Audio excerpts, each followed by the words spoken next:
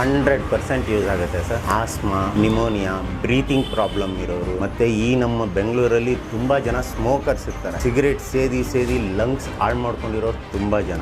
ಯಾಕೆಂದರೆ ಅವ್ರು ಸೇದೋ ಸಿಗರೇಟಲ್ಲಿ ನಿಕೋಟಿನ್ ಅನ್ನೋ ಒಂದು ಟಾಕ್ಸಿಕ್ ಮೆಟೀರಿಯಲ್ ಇರುತ್ತೆ. ಆ ಡ್ರಗ್ ಬ್ಲಡ್ ಒಳಗಡೆ ಸೇರ್ಕೊಂಡಿರುತ್ತೆ.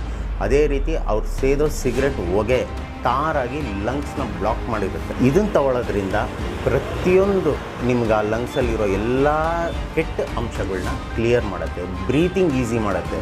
ಎಷ್ಟೊಂದು ಜನಕ್ಕೆ ಕೆಮ್ಮು, ನೆಗಡಿ, ಕಫ ಅವುಗಳು ಸೇರ್ಕೊಂಡಿರುತ್ತೆ, ಅದನ್ನು ಕ್ಲಿಯರ್ ಮಾಡುತ್ತೆ. ಈ ಕೆಮ್ಮು, ಕಫ ಸೇರಿಕೊಂಡಾಗ ಅವರು ಉಸಿರಾಡಿದ್ರೆ ಗರ್ ಅಂತ ಒಂದು ಸೌಂಡ್ ಬರ್ತಿರುತ್ತೆ, ಅದನ್ನೆಲ್ಲ ಕ್ಲಿಯರ್ ಮಾಡುತ್ತೆ. ಇದು ನೆಗಡೆ, ತಲೆನೋವು, ಸೈನಸ್ ಪ್ರಾಬ್ಲಮ್ ಬರ್ತಿರುತ್ತೆ, ಅವುಗಳಿಂದ ಅದನ್ನು ಕ್ಲಿಯರ್ ಮಾಡುತ್ತೆ. 100% ಯೂಸ್ ಆಗುತ್ತೆ sir. Asthma, pneumonia, breathing problem ಇರೋರು, ಮತ್ತು ಈ ನಮ್ಮ ಬೆಂಗಳೂರಲ್ಲಿ ತುಂಬ ಜನ ಸ್ಮೋಕರ್ಸ್ ಇರ್ತಾರೆ. ಸಿಗರೇಟ್ ಸೇದಿ ಲಂಗ್ಸ್ ಹಾಳು ಮಾಡ್ಕೊಂಡಿರೋರು ತುಂಬ ಜನ. ಯಾಕೆಂದರೆ ಅವ್ರು ಸೇದೋ ಸಿಗರೇಟಲ್ಲಿ ನಿಕೋಟಿನ್ ಅನ್ನೋ ಒಂದು ಟಾಕ್ಸಿಕ್ ಮೆಟೀರಿಯಲ್ ಇರುತ್ತೆ. ಆ ಡ್ರಗ್ ಬ್ಲಡ್ ಒಳಗಡೆ ಸೇರ್ಕೊಂಡಿರುತ್ತೆ.